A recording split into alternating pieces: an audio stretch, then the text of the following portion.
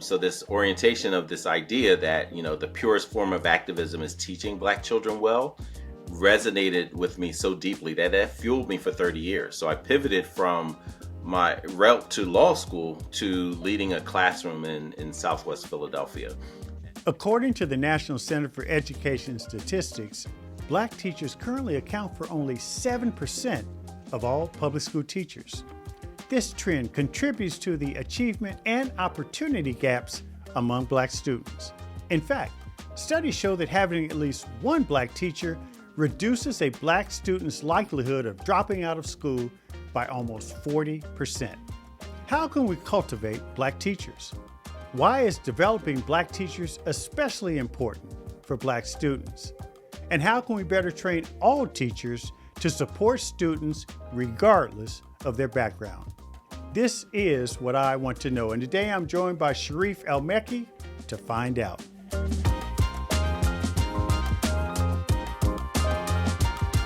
Sharif El-Mekki is the founder and CEO of the Center for Black Educator Development, an organization dedicated to developing effective Black educators.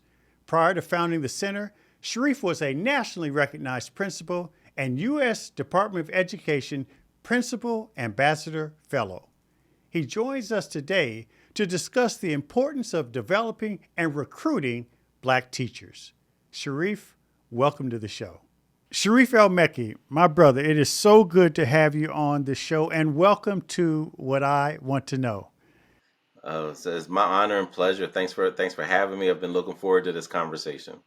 You know, we have known each other for a long time, and I jokingly say that you have snatched the pebble because you understand and you continue to be steadfast in making sure that we provide our children, all of our children, with a quality education.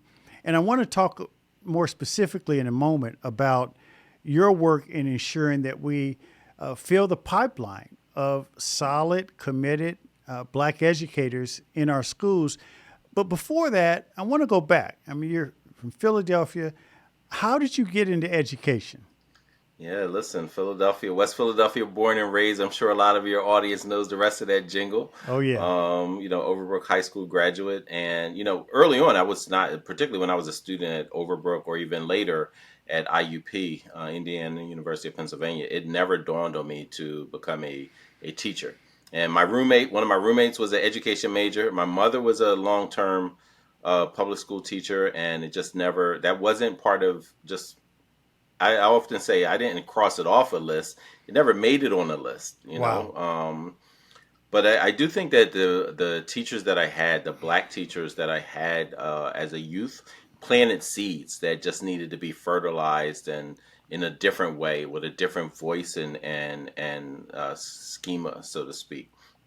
And so it was, I knew I wanted to be supportive of my community.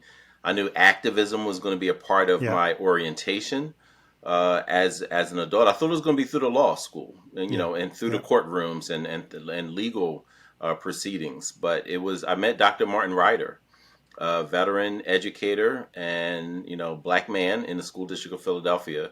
And he helped me really see that the connection between activism and teaching well. Wow. So this orientation of this idea that, the purest form of activism is teaching Black children well resonated with me so deeply that fueled me for 30 years. So I pivoted from my route to law school to leading a classroom in Southwest Philadelphia. And as I mentioned, that's 30 years ago. I never looked back. But being able to connect the dots between educational justice and racial justice was something that I could really sink my teeth in. And I understood this is what our people have been building, striving. Here are the issues that they've been resisting and using teaching as a framework to do it. You know what I love about your work and your commitment, and this is where you and I connected many years ago with the Black Alliance for Educational Options, is that you understand as an activist that you can't put limits on your activism. So, and you always have to grow because, as you and I both know, there are a lot of activists out there, and I'm not saying this pejoratively, they get stuck. This is the issue, this is what we fight on. But you have always taken the approach that even as you enter into the teaching ranks and the school leadership ranks, You want to continue to try to explore how to do it better, how to make it better, how to make it work so that all kids benefit. So you have more of an open mind. Right. You understand what I'm saying? Where did that come from? Yeah, no, absolutely. I think a part of it is, just from, my family and those who were the community that they raised us in, and them seeing both their wins as well as their missteps. And Hmm. so, when I had having growing up and having four members of the Black Panther Party, the West Philadelphia branch, having so many activists in our family and in the community, really got to see like, all right, here's some of the things that should carry on and been a consistent thread. But here's also how the struggle and the resistance, as well as the journey of love that we have in our community. Here's how it has evolved over time, and looking at like what can we learn from the past, and how do we apply it. But it won't be the same exact strategies. Often there are strategies that they didn't have to think of, and so I think even in my educational experience as a profession, going from even a teacher to a teacher leader, which is kind of redundant term, right? Right. Teachers are Yeah. leaders, right? Exactly. But Yeah. to administration, I had to learn and employ different tactics. Even in that very specific framework, let alone a broader sense of educational racial justice pursuits. Now I want to talk about the Center for Black Educator Development, but one last area, just generally from a global point of view. What are your thoughts about the state of public education today, generally? I mean, I think that that's sort of a good entree to what led you to do the work you're doing. Yeah, unfortunately, while there are pockets of great things happening for kids, by and large, I can't, and I would challenge anybody to point to a system across this country, where all children, particularly black children, are doing well. Like where that's the majority, not like, oh, this specific school or this specific classroom or this specific, area, but like where's it safe for black children to go to school, where they're going to be intellectually, culturally, emotionally, and spiritually supported, protected, you know, challenged, with high expectations, high degrees of support, where their opportunities are there, where families don't have to wonder in the back of their head, I hope my baby's okay today. Hmm. I hope they're not experiencing racism today. I hope they're not experiencing low expectations today. I hope they're not being dehumanized by the curricula or the mindsets of the educators in front of them. I can't point to a district where that is by and large, where you can just say, yes, that's happening. And I get, like, people may say, well, that's a utopia. But when you look at it, there are some groups of students who are like, they're pretty safe. They're okay. They're positive. Their racial identity is affirmed over and over and over again in both subtle as well as overt methods. And so for our children, I think this is a imperative, and we underestimate the peril that some of our students are in, to a great disadvantage to them and us, right? That they're our future. Yeah, I want to talk about the center, but as I think about what you just said, Sharif, I mean, you kind of dropped something on me there. I think Yeah. it's a real statement. And again, this isn't a knock on our school system, but the reality is, I think that applies to all children. There's not one Mhm. school district where every single child is getting what they need, Yeah. and Yeah. that's an indictment on us, and it also should lead us to take the approach that you've taken, frankly, where what the definition of insanity is doing the same thing over and over again, expecting different results. You got to do something different. When you looked at the pipeline of the teaching corps in America, and only 7% of the teachers in this country are African American, you decided to do something about it. Why did you choose to found this center, and how did you view this as a way to try to cut into that reality? Yeah, I think a big part of it is like, what you mentioned earlier, as far as like evolving. So my initial work that I was doing in 2014 was supporting black men which is Yes, I less than remember. 2% of black men educators, right, in the or teachers in America's public schools. And so we were supporting them. Matter of fact, later on, hopefully, get to talk about our BMEX, Yeah. which the six one is coming up. But this whole idea of we were supporting black men, but at some point we're just like, wait a minute, we need a pipeline. Like, yeah, we can support the ones who are here, but what about entry points? While we support retention, because I do believe the best recruitment plan is a strong retention plan. Yes. And there are a whole lot of folks like, oh, we want to recruit, we want to recruit. We're like, okay, how are you retaining them? Like, huh? What do you mean? Like, yeah, like let's address that ecosystem that you're inviting people into. Some of it's racially hostile, and they're not going to stay. They're going to come in the front door, leave the back door. But we also this idea of lifting as we climb, which Mary Church Terrell, Black Educator Hall of Famer, when she talked about black educators lifting as they climb. And when I think about that, I'm like, okay, how are we doing that? And in our Freedom Schools tradition, is retrain your replacements. Mm-hmm. And so we just thought like, okay, a black teacher pipeline has to be strong, robust, and insulated. It has to be protected. It has to be held up by these pillars. And so we decided to start an organization, the Center for Black Educator Development, looking at that. What are the policies? We call these three pillars the three Ps: policy, advocacy, and research. Right? Like, so what is around there that supports or undermines a black teacher pipeline? Professional learning. What is the professional learning, the mindset, the skills, the will necessary to be an effective educator? Black educators, as well as colleagues and supervisor, who many of them have a hand in closing the door for recruitment and opening the door for attrition.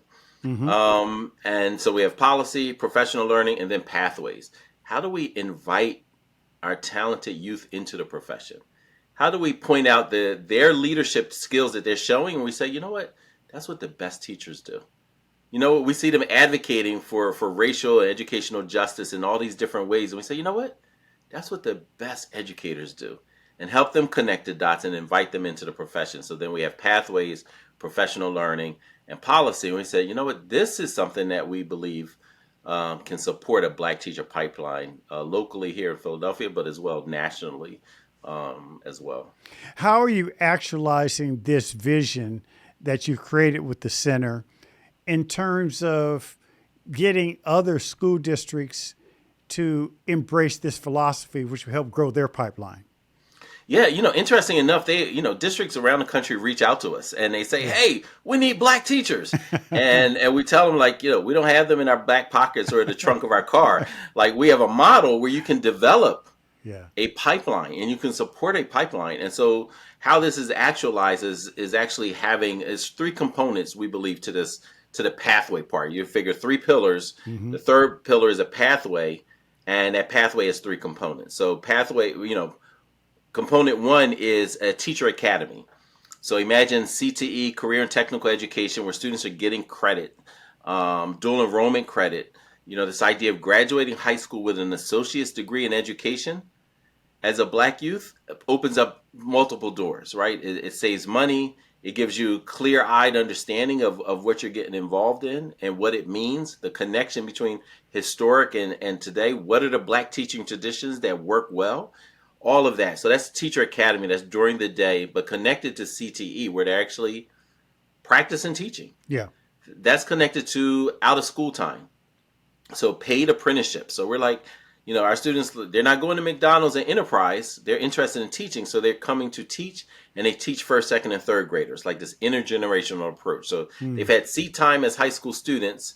And then during out of school time, they're working with their peers as well as college students who are teaching first, second, and third graders. So we borrow from this Freedom School tradition, and we call it Freedom School Literacy Academy. So it's a teacher development model.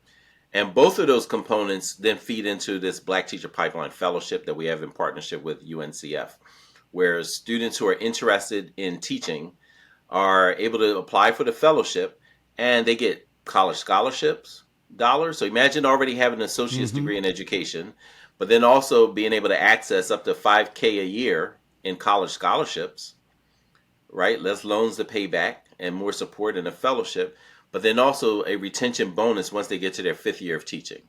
So this comprehensive approach is connected to the socio, political, and economic conditions that a lot of aspiring Black educators find themselves in. The rising cost of college, the lack of Black teaching traditions, as Dr. Acosta Lassane talks about, in educator prep programs. Uh, Unable to do student, this is an opportunity to kind of do student teaching as early as your sophomore year in high school. Hmm. So this is how we're, designing it, and so there are districts, who are interested. We're in Philadelphia, both school district of Philadelphia, as well as some local charter networks, both here and as well as around the country. Sharif, the data it speaks for itself. 40% of Black students are less likely to drop out, and nearly 30% are more likely to go to college if they have a Black teacher in their educational experience. We have so many, of our African American students who matriculate through school and don't have any Black teachers. Talk about how this identity piece is so important to young African American students. Oh yeah, and that data right there that you cited is absolutely incredible. And that's, as you said, a single Black teacher. Yeah. And it can have, and that Black teacher can have that level of impact.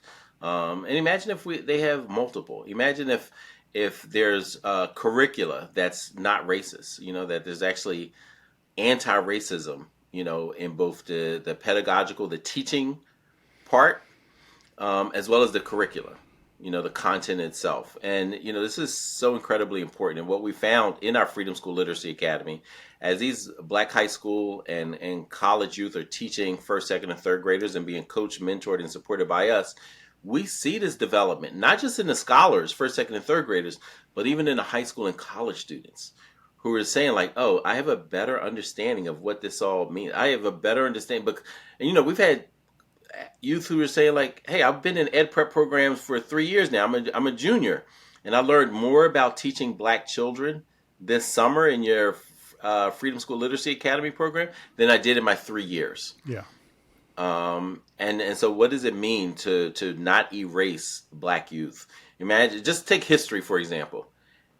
We have schools right now who are teaching children, not just our children, but all children. Oh, Black people, Black Americans' history began with enslavement. Yeah. That's the start of their history.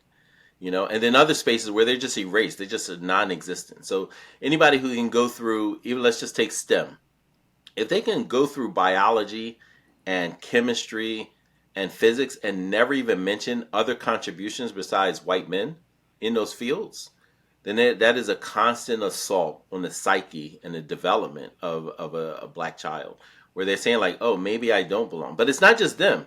They may be sitting next to their best friend who happen to be white.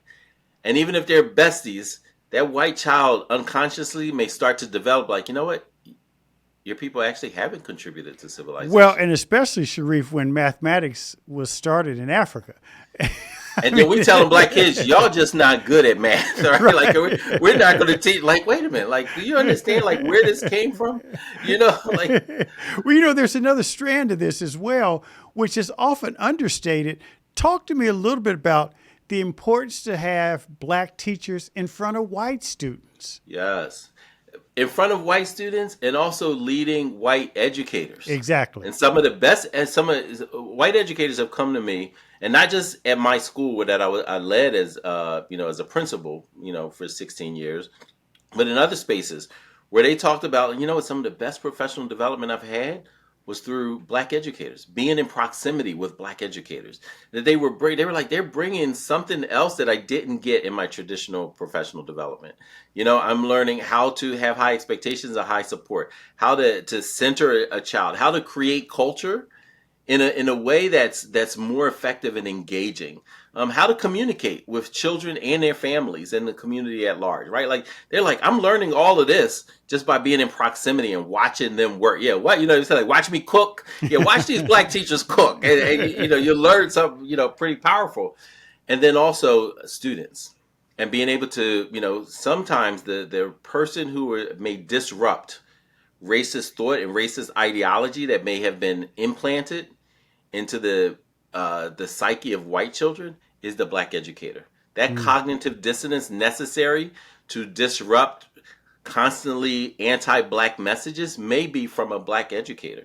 Because contrary to popular opinion, yes, systemic racism, institutional racism is absolutely an issue, but there's a whole lot of racism being taught at people's dining room tables and then in their car rides home, Yeah. right? And so a black educator who's effective can interrupt that in a pretty powerful way. You've mentioned several times, I don't want to get too far off track, the freedom school concept.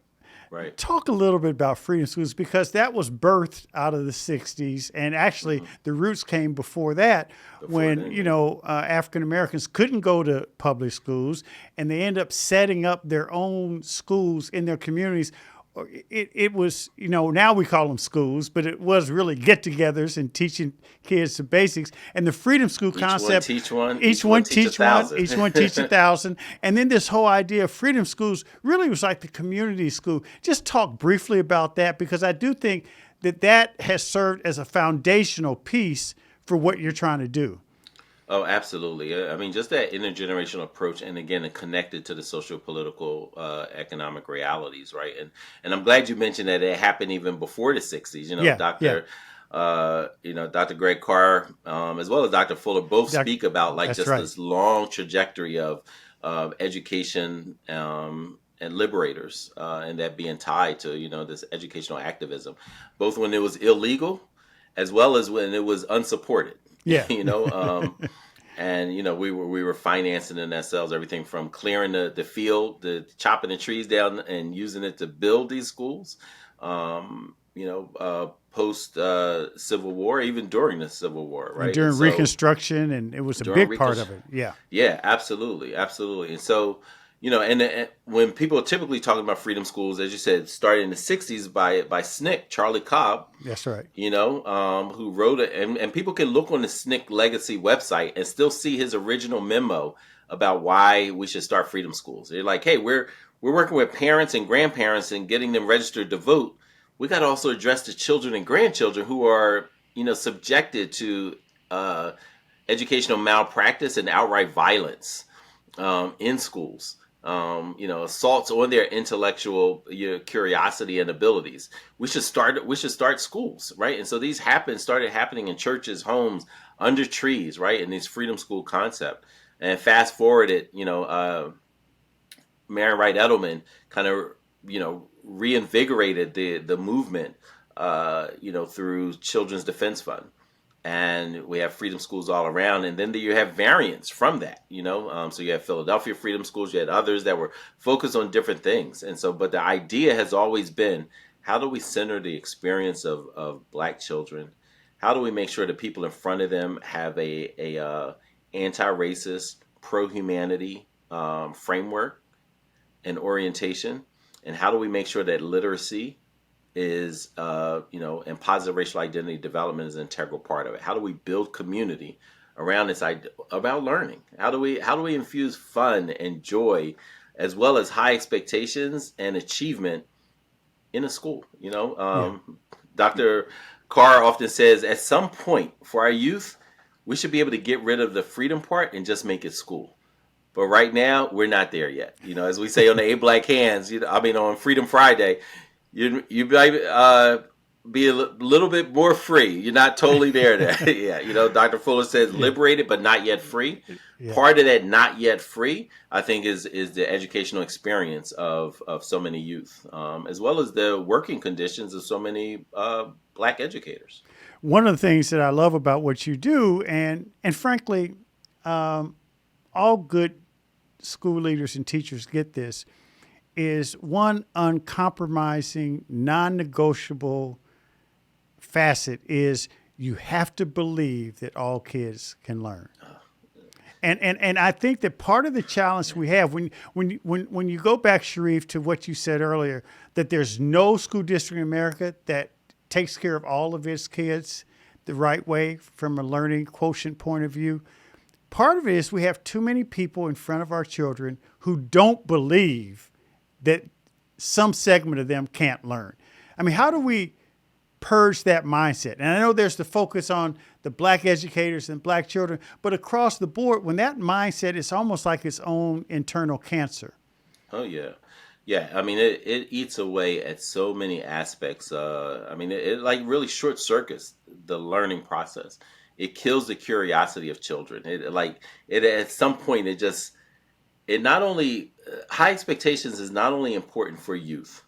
It's also important for the educator to have about themselves and their peers, right? Because if I have low expectations about myself, about what I can achieve as a leader in a classroom or school or district, that means I'm already setting the bar so low for what students can achieve, right? And so when we see that, over and over and over again, and we have studies out of our lived experiences, but also studies out of like Yale, Yeah. where they say that, oh, black youth, black children start experiencing their teachers' racial biases as early as 3 and 4 years old. 3 and 4 years old. And imagine that's before you even get to kindergarten. Yeah. And then having 13 years, because it's not like it just subsides as a black child gets older. If anything, it intensifies, right? And so when we have this and low expectations, which is a big part of believing that all children can't learn at high levels, all children can't achieve, and then when you overlay race, class, power, and privilege on top of that, and you see that disproportionately it keeps hitting some of the same groups, right? Like it's like taking a 2x4 and keep bashing a kid in the head over and over and over again with these low expectations. Like that's how, man, imagine enduring that. And at some point, the kid, even without the language to describe how the inhumane experience that they're having, they recognize like this isn't just, this isn't right. I need to check out, right? And then they start building walls to also that creates barriers for their own achievement outside of that. And this is why it takes this ecosystem of advocacy for them, teaching them how to advocate for themselves, but also making sure that we have healthy environments, even outside, definitely inside of school, Yes. but outside as well, because some of our children need detox centers. Some of them need recentering centers where they come out, they're like, oh no, I'm not crazy. Oh no, you know what? I'm actually a full human being, and I know that because it's being reinforced in my faith-based institution, the rec center, in my home, in the community. All of these other ways that kind of reinforces and interrupts any kind of self-doubt, internalized racism, or other forms of oppressions that they may start thinking that, well, this is what we deserve. You Look, know? two quick final questions. One is you mentioned BMAX, and you still are Oh working yeah. with that. Talk about your upcoming event. Oh, listen, we are so excited. Hopefully, your audience not only will attend, but will share it widely. So, this will be our sixth annual Black Men in Education Convening, BMEC. BMEC, hashtag BMEC 2023. Every year it's typically about 1,000 Black men, and it's open to everybody. But it really centers the experiences, perspectives, and needs of Black men, what we call the less than 2%. And these black men are from all over, both current and aspiring educators, from high school students interested in the field of education, all the way to superintendents. And so this will be November 16th through the 18th, again here in Philadelphia. People can go to our website, thecenterblacked.org /BMEC, and hopefully, this will be another great turnout opportunity, and all the feedback that we've been getting over the years is just how invigorated. Somebody sent me a text today and talking about BMEC 2022 changed their lives. Yeah. Reinforce why they wanted to stay in the profession, help make the connections, but also the personal and the professional development that they felt like they received. And we're looking forward to continuing to build community. Well, and I look We're forward to gonna have to joining you. get you there. It might Yeah. have to be maybe a live show from there. Yeah. I would Yeah. love to do that. In fact, I will come this year. I'll mark my calendar and I'll be in touch with you on that. So this is the last question, Sharif. This is what I really want to know. I want to get granular a little bit because a lot of school leaders listen to the show, a lot of school administrators, superintendents. And what steps schools take to just begin the process of developing their pipeline, a new pipeline of Black educators? I know you've got the 3 pillars in place, but if you had a brief conversation with the school superintendent who, just walk him through the 2 or 3 things he should immediately do in order to begin to address that issue. Oh yeah, no, this is a great question. So one, I would really evaluate, and you can evaluate without getting the feedback from the people who are experiencing it. But I would start there. What is the Black students' experience as students in my school and district? One of the number one things that will deter a future educator is being in there as a student and saying, I don't want to be colleagues with my teacher.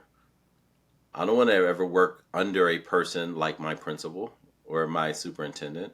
So what is their experience, and making sure that we are soliciting the experience and asking them, hey, what would you rate your school experience? 1 to 10. And whatever number they give, the next question should be, what do you need to see from me to make it 2 points higher?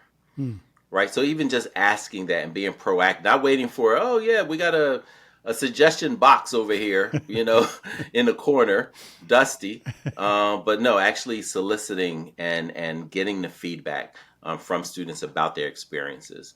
So that's one. The other one is creating teacher academies, like actually giving students the opportunity to practice what teaching is. Because too many district leaders think of, oh, well, you were all students for 13 years. So if you're interested in teaching, you would just become a teacher. They look for it to be an organic process, where we're like, no, be even more intentional.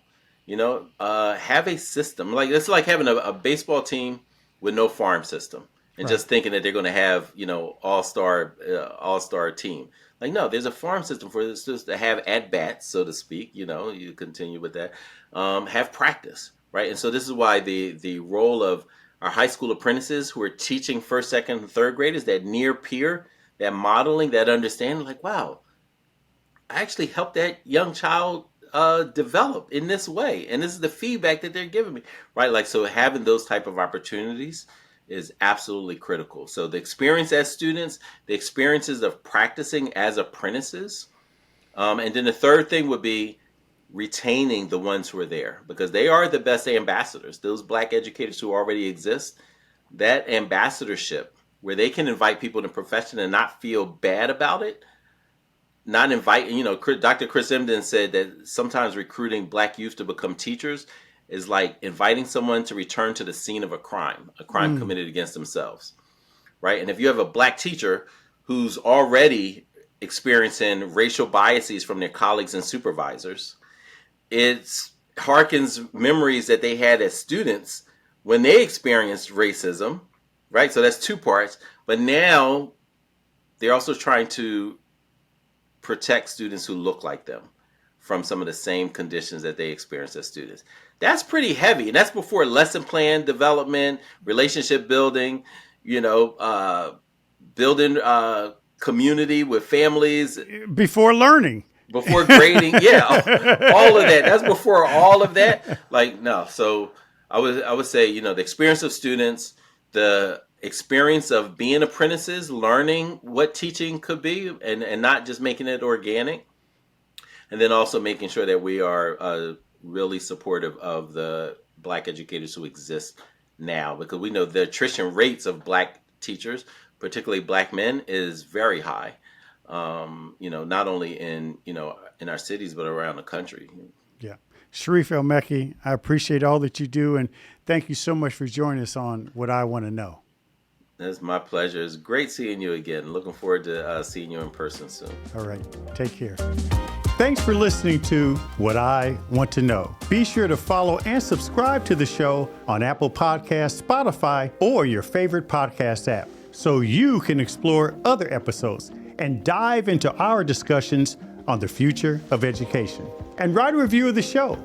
I also encourage you to join the conversation and let me know what you want to know using hashtag WIWTK on social media. That's hashtag WIWTK. For more information on Stride and online education, visit stridelearning.com. I'm your host, Kevin P. Chavous. Thank you for joining What I Want to Know.